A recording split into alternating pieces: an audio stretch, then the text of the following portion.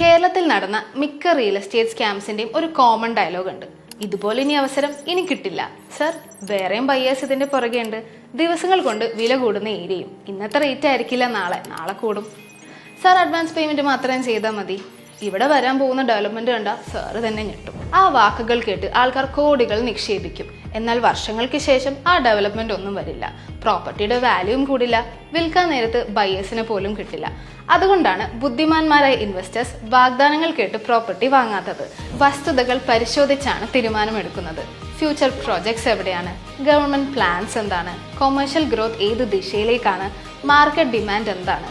കാരണം റിയൽ എസ്റ്റേറ്റിൽ വിശ്വസിക്കുന്നത് കഥകളെയല്ല കണക്കുകളെയാണ്. അതുകൊണ്ടാണ് കൊമേഴ്ഷ്യൽ പ്രോപ്പർട്ടി ഇൻവെസ്റ്റ്മെന്റിനെ കുറിച്ച് ചിന്തിക്കുമ്പോൾ ആദ്യം ഓർമ്മ വരുന്ന പേര് പുരീഡം റിയൽറ്റേഴ്സ് പ്രൈവറ്റ് ലിമിറ്റഡ്. ഒരു പ്രോപ്പർട്ടി വാങ്ങുന്നതിന് മുമ്പ് വാഗ്ദാനങ്ങളല്ല വസ്തുതകളാണ് പരിശോധിക്കേണ്ടത്. അതിന് നിങ്ങളോടൊപ്പം പുരീഡം റിയൽറ്റേഴ്സ് പ്രൈവറ്റ് ലിമിറ്റഡ്. കൂടുതൽ വിവരങ്ങൾക്ക് താഴെ കാണുന്ന നമ്പറിൽ ഇപ്പോൾ തന്നെ കോൺടാക്ട് ചെയ്യൂ.